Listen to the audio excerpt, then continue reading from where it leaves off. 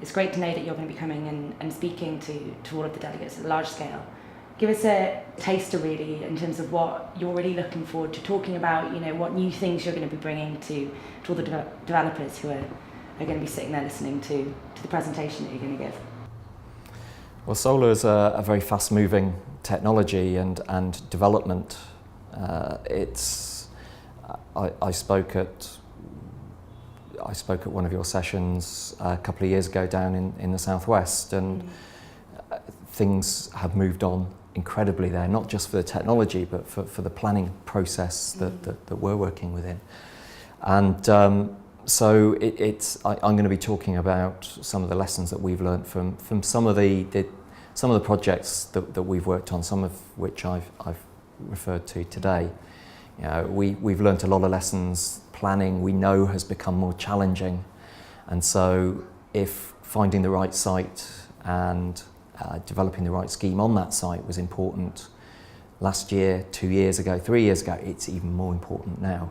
So I want to take some of the lessons that we've learned over the past few years working with some of the bigger developers in the country and use that to help others who are perhaps embarking on the journey of new schemes to learn from some of the mistakes, some of the positives that we've learned.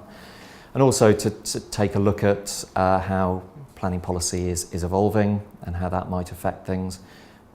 Many of the people in the audience, I suspect, will have encountered problems with trying to convince local authorities that using agricultural land for solar is allowed and perfectly acceptable in the right circumstances.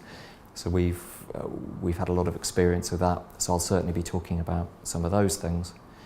But equally, in the context of this emerging new world and the exciting opportunities to do things differently that I've outlined today, I'm going to be talking about some of those things as well.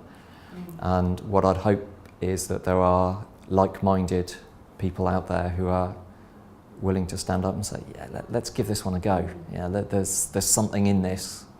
Let's start to develop something. I think one of the big differences there will be of developing a scheme that isn't just a solar asset but is something much more complex is we're not going to be talking about schemes that get consent in 8-10 months, a year.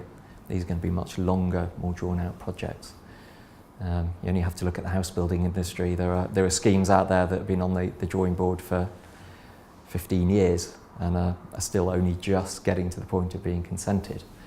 Now, that might be because the schemes aren't great and they're not in the right place, but it's a different timeline that some of these developers are working on, and that in itself presents all sorts of challenges and the like. So, there are some realities to all of this, which I think most developers would understand. But I think what is really interesting about talking about this kind of thing to the solar industry is that if you take the house building industry, they have been doing things the way they've been doing it pretty much the same way for decades, if not a century. They've never really changed. They wear hard hats now. That's probably the biggest change in the house building parts of the house building industry that you might point to.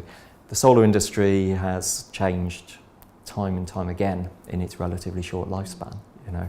It's had to evolve. It's had to change its business models and its ways of working because the world of solar has changed so quickly. Whether that's because of policy change, subsidy change, or because grid connections and planning become more challenging.